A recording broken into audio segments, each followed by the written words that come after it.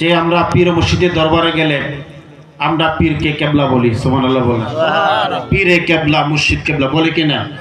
কেবলা মানে কি? আরেক তারা ফতোয়া দেয় কেবলা তো হচ্ছে খানে কাবা, তোমরা কেন পীরকে কেবলা বলো? মাজাস মুহতারাম, কোরআন শরীফের দলিল সূরা বাকারা 148 নম্বর আয়াত। স্বয়ং আল্লাহ বললেন ওয়ালি কুল্লি ওয়াজহাতুন হুয়া মুআল্লিয়া, সুবহানাল্লাহ বলেন। সুবহানাল্লাহ। কোরআনের দলিল আল্লাহ বলেন প্রত্যেকটি জিনিসের একটি কিবলা আছে, এভরিথিং হ্যাজ এ ডিরেকশন, সুবহানাল্লাহ বলেন। এই আয়াতের যে ব্যাখ্যা দিয়েছেন, যে ফতোয়ার কিতাব লিখেছেন, বিশ্ববিখ্যাত ফতোয়ার কিতাব ফতোয়ার স্বামী, সুবহানাল্লাহ বলেন।